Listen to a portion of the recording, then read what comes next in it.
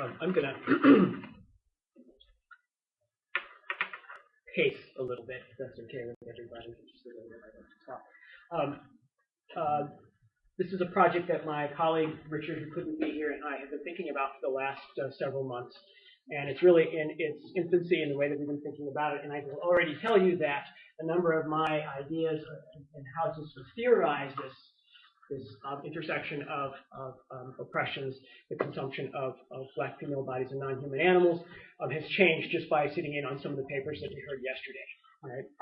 But I'm going to present to you what I've come up with. Would love to get feedback. Okay. This particular image here, and maybe some of you are familiar with this, the Venus Hottentot cake incident, as it's referred to now, is what inspired our reflections on this kind of intersection. If you haven't heard about this, this is essentially a piece of performance art, a cake made in the body shape of Venus Hottentot or Sarah Bartman, and the head, though, is the artist. And it was an attempt to draw attention to the practice of female genital cutting that takes place among a number of different peoples in Africa. It was performed in the context of a gathering where the Swedish Minister of Culture participated. And the way that it worked is that every time somebody took a cut from the cake, the head would scream out in pain and agony. Okay? I will say just now, and then I'm going to return to this image later, that when I saw this image, it immediately recalled for me the practice of animal slaughter, okay, as well as other abuses that we subject non-human animals to.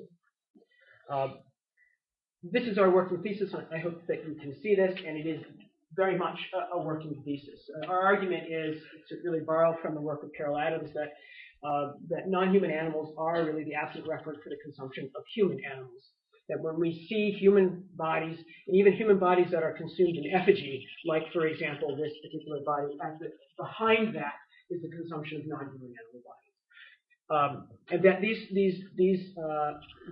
forms of consumption are mutually reinforcing. Right? If you consume human animal bodies, you are also reinforcing the consumption of non-human animal bodies and vice versa. I'm going to throw this up here. I'm not going to explain this. Many of you will be familiar with David Nyberg's theory of oppression.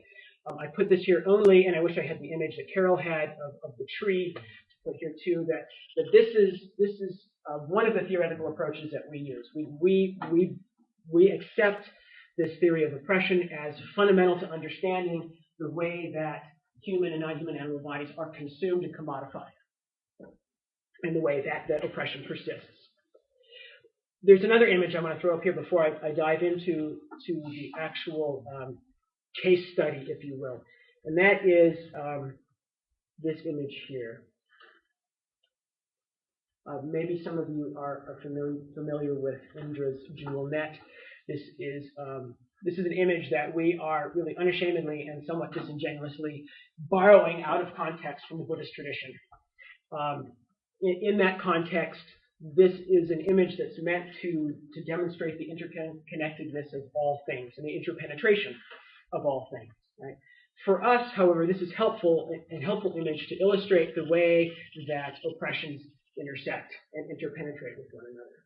What you have here is a fishing net that in the corners of each of the squares of that net is a jewel, and that jewel is reflective.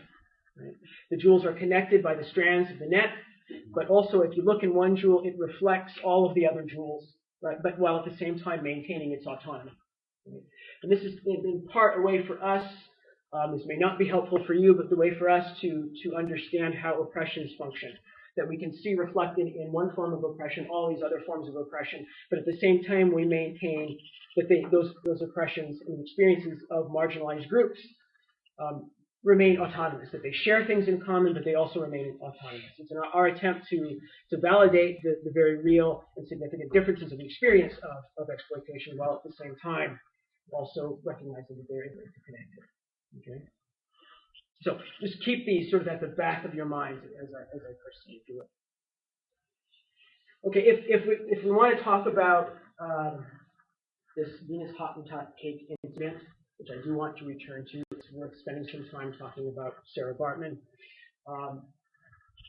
I want to say before I go on that I recognize very much that this image and the way that we understand Sarah Bartman in the 21st century has a lot to do with the way that we understand and construct the word race, right? And that this construction of race that operates and functions in the context of 20th century Europe and the United States did not function at the time that Sarah Bartman lived, right? But there was definitely attempts to inscribe on bodies certain hierarchies that demonstrated that certain groups of people were superior to others, right?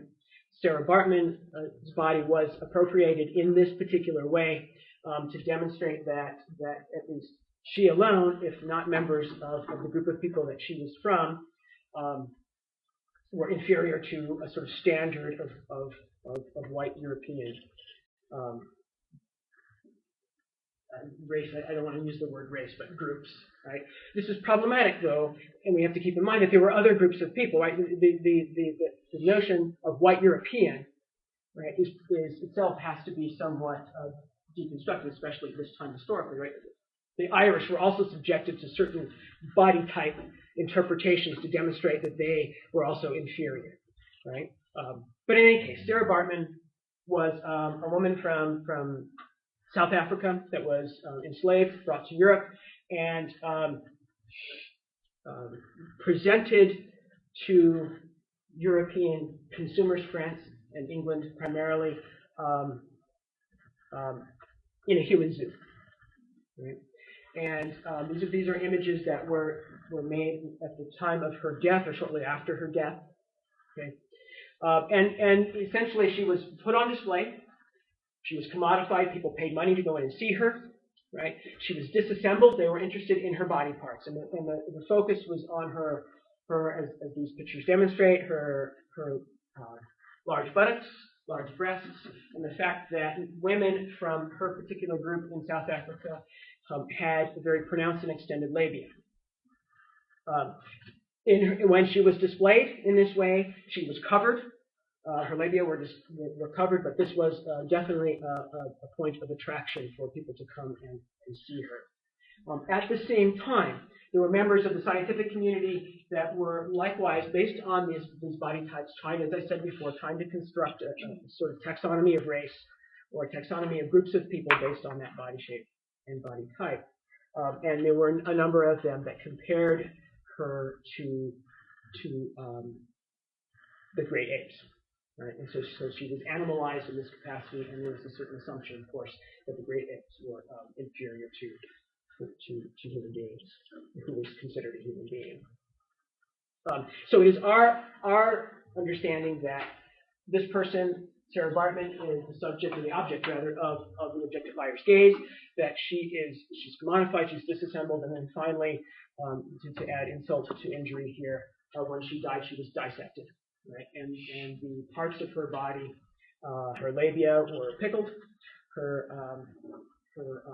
skeleton and her brain were preserved and put on display in the Musée de l'Homme in France, and remained there until the 1970s, at which time they were taken out of the exhibit and still hung on to until 1985, when they were repatriated back to South Africa and buried, and at much effort on Nelson Mandela's part to do so. It is our argument that behind this is, in many ways, the treatment of non-human animals. That is the absent record here. We can do this, and we're able to do this because we did this to non-human animals at the same time. And historically speaking, these two things happened simultaneously. There were often exhibits where certain peoples were put on display alongside certain non-human animals. Right, and they were open for display. People paid money to see them. They got their body parts and so on. Okay. Black bodies is true. Returning to this particular image, there was much backlash to this, as you might expect. I mean, there's lots of things wrong with this image, and lots of reasons why, in my mind and in mind of other scholars, that this work of art has failed. Right? some of the responses